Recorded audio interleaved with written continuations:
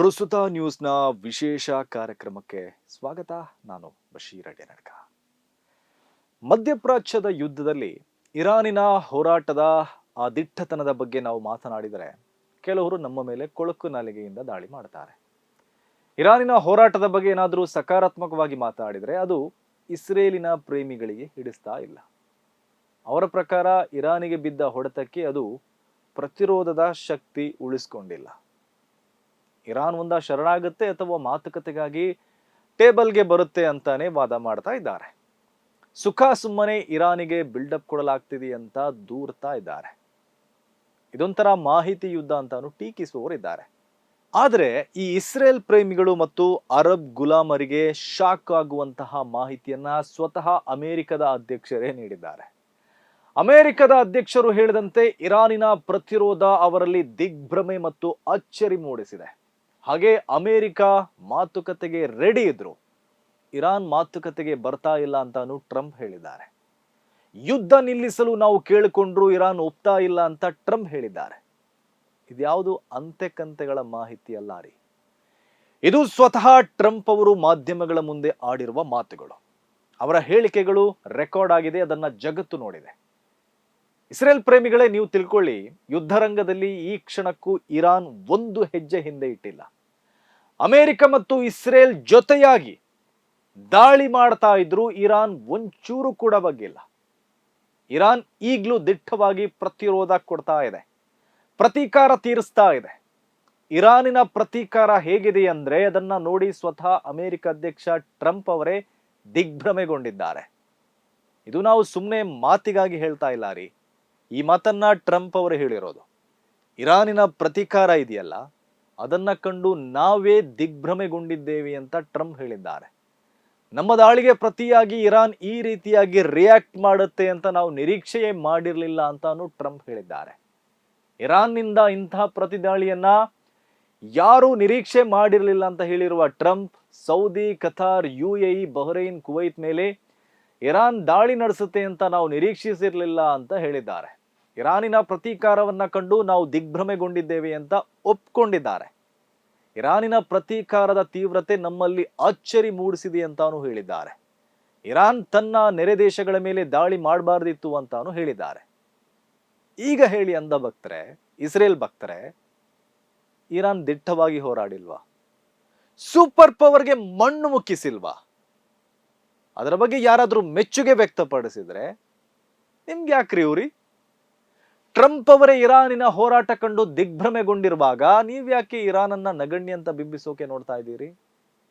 Iran ರಣರಂಗದಲ್ಲಿ ಯಾವ ಪರಿ ಹೋರಾಡ್ತಾ ಇದೆ ಅಂದ್ರೆ ಅದನ್ನ ಕಂಡು ಟ್ರಂಪ್ ದಿಗ್ಭ್ರಮೆಗೊಂಡಿರೋದಷ್ಟೇ ಅಲ್ಲ, ಟ್ರಂಪ್ ಅಚ್ಚರಗೊಂಡಿರೋದು ಮಾತ್ರ ಅಲ್ಲ, ಟ್ರಂಪ್ ಭಯಕ್ಕೂ ಬಿದ್ದಿದ್ದಾರೆ.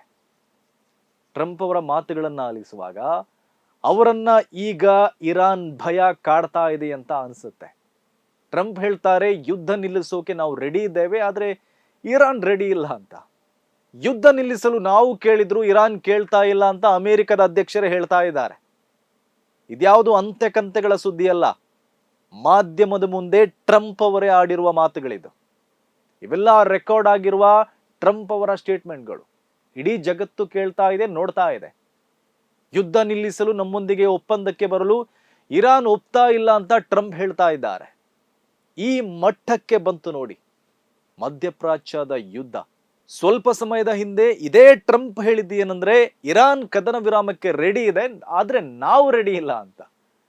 ಈಗ ಅದೇ ಟ್ರಂಪ್ ಹೇಳ್ತಾ ಇದ್ದಾರೆ, ನಾವು ಕದನ ವಿರಾಮಕ್ಕೆ ರೆಡಿ ಇದ್ದೇವೆ, ಆದ್ರೆ ಇರಾನ್ ರೆಡಿ ಇಲ್ಲ ಅಂತ. ಹೌದು, ಅದು ನಿಜವೇ. ಇರಾನ್ ಈಗ ಯುದ್ಧ ನಿಲ್ಲಿಸುವ ಮೂಡ್ನಲ್ಲಿ ಇದ್ದಂತಿಲ್ಲ.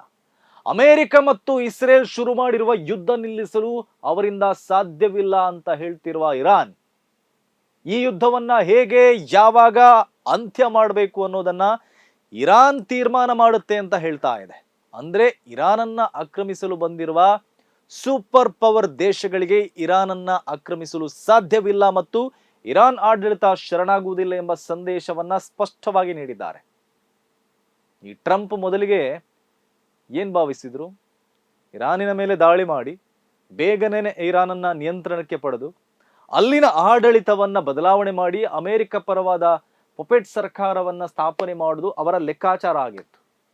ಅದನ್ನ ಬಹಿರಂಗವಾಗಿ ಹೇಳಿಯೇ ಅಮೆರಿಕ ಮತ್ತು ಇಸ್ರೇಲ್ ಇರಾನ್ ಮೇಲೆ ದಾಳಿ ಆರಂಭ ಮಾಡಿತ್ತು. ಯುದ್ಧ 3-4 ವಾರದಲ್ಲಿ ಮುಗಿದು ಹೋಗುತ್ತೆ ಅಂತ ಟ್ರಂಪ್ ಅವರು ಕೊಚ್ಕೊಂಡಿದ್ರು. ಆದ್ರೆ ಈಗ ಯುದ್ಧ ಶುರುವಾಗಿ 18 ದಿನ ಆಯ್ತು. ಈಗ ಟ್ರಂಪ್ ಹೇಳ್ತಾ ಇದ್ದಾರೆ ಇರಾನ್ ಯುದ್ಧ ನಿಲ್ಲಿಸೋಕೆ ಹೋಗ್ತಿಲ್ಲ ಅಂತ. ಅಂದ್ರೆ ದೊಡ್ಡನ್ನ ಸರಿಯಾಗಿ ಪೆಟ್ಟು ತಿಂದಿದ್ದಾನೆ ಅಂತ ಅರ್ಥ. ಯುದ್ಧ ನಿಲ್ಲಿಸಲು ಇವರು ಮುಂದಾಗಿದ್ದಾರೆ ಅಂದ್ರೆ ಈ ಸೂಪರ್ ಪವರ್ ದೇಶಗಳಿಗೆ ಸರಿಯಾಗಿ ಏಟು ಬಿದ್ದಿರಬೇಕು. ಇಲ್ಲಾಂದ್ರೆ ಇವರು ಇಷ್ಟು ಬೇಗ ಕದನ ವಿರಾಮಕ್ಕೆ ಕೈ ಚಾಚ್ತಾ ಇರಲಿಲ್ಲ. ಈಗ ಇವರು ಕೈ ಚಾಚಿದ್ರು ಇರಾನ್ ಕೈಯೊಡ್ಡಲು ತಯಾರಿಲ್ಲ. ಯಾವ ಕಾರಣಕ್ಕೂ ಅಮೆರಿಕದ ಜೊತೆ ಒಪ್ಪಂದ ಮಾಡಲ್ಲ ಅಂತ ಇರಾನ್ ಹೇಳ್ತಾ ಇದೆಯಂತೆ. ನಾವು ಇರಾನ್ ಜೊತೆ ಯುದ್ಧ ನಿಲ್ಲಿಸುವ ಬಗ್ಗೆ ಮಾತುಕತೆ ನಡೆಸಿದ್ರು ಇರಾನ್ ಒಪ್ಪಂದಕ್ಕೆ ಸಿದ್ಧ ಇಲ್ಲ ಅಂತ ಟ್ರಂಪ್ ಹೇಳ್ತಾ ಇದ್ದಾರೆ. ಇರಾನ್ ಜೊತೆ ನಾವು ಮಾತನಾಡುತ್ತಿದ್ದೇವೆ ಅಂತಾನು ಟ್ರಂಪ್ ಹೇಳಿದ್ದಾರೆ. ಆದ್ರೆ ಇರಾನ್ ಯುದ್ಧ ನಿಲ್ಲಿಸಲು ರೆಡಿ ಇದ್ದಾರೆಂದು ನನಗೆ ಅನಿಸ್ತಾ ಇಲ್ಲ ಅಂತ ಟ್ರಂಪ್ ಹೇಳ್ತಾ ಇದ್ದಾರೆ. ಇನ್ನೊಂದೆಡೆ ಇರಾನ್ ಈಗಲೂ ತನ್ನ ನಿಲುವಿನಲ್ಲೇ ಇದೆ. ಅಮೆರಿಕದ ಜೊತೆ ಯಾವುದೇ ಮಾತುಕತೆ ಇಲ್ಲ ಅಂತ ಇರಾನ್ ವಿದೇಶಾಂಗ ಸಚಿವರು ಹೇಳ್ತಾ ಇದ್ದಾರೆ. ಇರಾನ್ ಈಗಾಗಲೇ 3 ಷರತ್ತುಗಳನ್ನ ಮುಂದಿಟ್ಟಿದೆ. ಯುದ್ಧ ನಿಲ್ಲಿಸಬೇಕಾದ್ರೆ ಅಮೆರಿಕ ಮತ್ತು ಇಸ್ರೇಲ್ ಆ 3 ಷರತ್ತುಗಳಿಗೆ ಒಪ್ಪಬೇಕು ಅಂತ ಹೇಳಿದೆ. ಇರಾನಿನ ಆ 3 ಷರತ್ತುಗಳಿಗೆ ಅಮೆರಿಕ ಮತ್ತು ಇಸ್ರೇಲ್ ಒಪ್ಪಿಗೆ ಸೂಚಿಸಲು ಸಾಧ್ಯವೇ ಇಲ್ಲ. ಹಾಗೆ ಕದನ ವಿರಾಮಕ್ಕೆ ಅಮೆರಿಕದ ಜೊತೆ ಮಾತುಕತೆಗೂ ಸದ್ಯ ಇರಾನ್ ತಯಾರಿಲ್ಲ. ಇರಾನ್ ಟಾರ್ಗೆಟ್ ಈಗ ನೆತನ್ಯಾಹುವನ್ನ ಮುಗಿಸೋದಾಗಿದೆ. ಮಕ್ಕಳ ಹಂತಕ ನೆತನ್ಯಾಹು ಈಗಲೂ ಜೀವಂತವಾಗಿದ್ರೆ ಅವನನ್ನ ಮುಗಿಸಿಯೇ ತೀರ್ತೇವೆ ಅಂತ ಇರಾನ್ ಹೇಳಿದೆ. ಇರಾನಿನ ಸುಪ್ರೀಂ ಲೀಡರ್ ಖಾಮಿನೈ ಮತ್ತು ಮಿನಾಬಿನಲ್ಲಿ 150ಕ್ಕೂ ಹೆಚ್ಚು ಪುಟ್ಟ ಕಂದಮ್ಮಗಳನ್ನ ಕೊಂದ ಇಸ್ರೇಲಿಗೆ ಒಂದು ಸರಿಯಾದ ಪಾಠ ಕಲಿಸದೆ ಇರಾನ್ ಈ ಯುದ್ಧದಿಂದ ಹಿಂದೆ ಸರಿಯುವಂತೆ ಕಾಣ್ತಾ ಇಲ್ಲ. ಇರಾನಿನ ತಲೆಯನ್ನ ಕತ್ತರಿಸಿದ್ರೆ ದೇಹ ತಾನಾಗಿಯೇ ಕುಸಿಯುತ್ತೆ ಅಂತ ವಿರೋಧಿಗಳು ಭಾವಿಸಿದ್ರು. ಆದರೆ ಕಳೆದ 4 ದಶಕಗಳಿಂದ ಈ ದಿನಕ್ಕಾಗಿ ತಯಾರಾಗ್ತಾ ಇದ್ದ ಇರಾನ್, 3 ದಶಕಗಳಿಂದ ಅಮೆರಿಕದ ಯುದ್ಧವನ್ನ ಸ್ಟಡಿ ಮಾಡಿದ್ದ ಇರಾನ್, ಅಮೆರಿಕದ ಶಿರಚ್ಛೇದನ ತಂತ್ರಕ್ಕೆ ಸರಿಯಾದ ತಿರುಗೇಟನ್ನೇ ಕೊಟ್ಟಿದೆ. ಅಲ್ಲದೆ ಈ ಯುದ್ಧದಲ್ಲಿ ಟ್ರಂಪ್ ಏಕಾಂಗಿಯಾಗಿದ್ದಾರೆ. ಅವರ ಸಹಾಯಕ್ಕೆ ಯಾವ ಮಿತ್ರರು ಬರ್ತಾ ಇಲ್ಲ. ನ್ಯಾಟೋ ದೇಶಗಳು ಟ್ರಂಪ್ ಅವರ ಕೈ ಬಿಟ್ಟಿದೆ. ಯುರೋಪಿಯನ್ ಯೂನಿಯನ್ ಕೂಡ ಈ ಯುದ್ಧದಿಂದ ಅಂತರ ಕಾಪಾಡಿಕೊಂಡು ಬಂದಿದೆ. ಹಾರ್ಮೋಸ್ ಜಲಸಂಧಿಯನ್ನ ರಕ್ಷಣೆ ಮಾಡಲು ಬನ್ನಿ ಅಂತ ಟ್ರಂಪ್ ಕರೆದರೆ ಯಾವ ಮಿತ್ರರು ಹತ್ರ ಬರ್ತಾ ಇಲ್ಲ. ನೀವು ಸುಖ ಸುಮ್ಮನೆ ಆರಂಭಿಸಿರೋ ಯುದ್ಧಕ್ಕೆ ನಾವಿಲ್ಲ ಅಂತಾನೆ ಎಲ್ಲರೂ ಹಿಂದೆ ಸರಿತಾ ಇದ್ದಾರೆ. ಟ್ರಂಪ್ ಈಗ ಏಕಾಂಗಿ ಎನಿಸ್ತಾ ಇದೆ. ಇರಾನ್ ಮೇಲಿನ ಯುದ್ಧ ಅವರನ್ನ ಕನಸಲ್ಲೂ ಕಾಡ್ತಾ ಇರುವ ತರ ಕಾಣ್ತಾ ಇದೆ. ಅದಕ್ಕೆ ಅವರು ಈ ರೀತಿ ಮಾತಾಡ್ತಾ ಇದ್ದಾರೆ ಅಂತ ಅನಿಸ್ತಾ ಇದೆ. ಇಂತಹ ಒಂದು ಬೆಳವಣಿಗೆ ನಿಜಕ್ಕೂ ಜಗತ್ತಿಗೆ ಖುಷಿಯ ವಿಚಾರ. ಆಧುನಿಕ ಕಾಲಘಟ್ಟದ ಪಾಳೆಗಾರನಂತೆ ಮೆರೀತಾ ಇರುವ ಟ್ರಂಪ್ ಮತ್ತು ನೆತನ್ಯಾಹುಗೆ ಇಂತಹದೊಂದು ಹೊಡೆತ ಬೀಳಲೇಬೇಕಾಗಿತ್ತು. ಅದು ಈಗ ಬಿದ್ದಿದೆ. ಈ ಬೆಳವಣಿಗೆ ನಿಜಕ್ಕೂ ಸಾಮ್ರಾಜ್ಯಶಾಹಿಗಳ ವಿರೋಧಿಗಳಿಗೆ ಖುಷಿ ಕೊಡುವ ಸುದ್ದಿ. ಇದು ಈ ಹೊತ್ತಿನ ಪ್ರಸ್ತುತ ನ್ಯೂಸ್ ವಿಶೇಷ. ಸುದ್ದಿಗಳ ವಸ್ತುನಿಷ್ಠ ವಿಶ್ಲೇಷಣೆಗಾಗಿ ನೋಡ್ತಾ ಇರಿ ಪ್ರಸ್ತುತ ನ್ಯೂಸ್.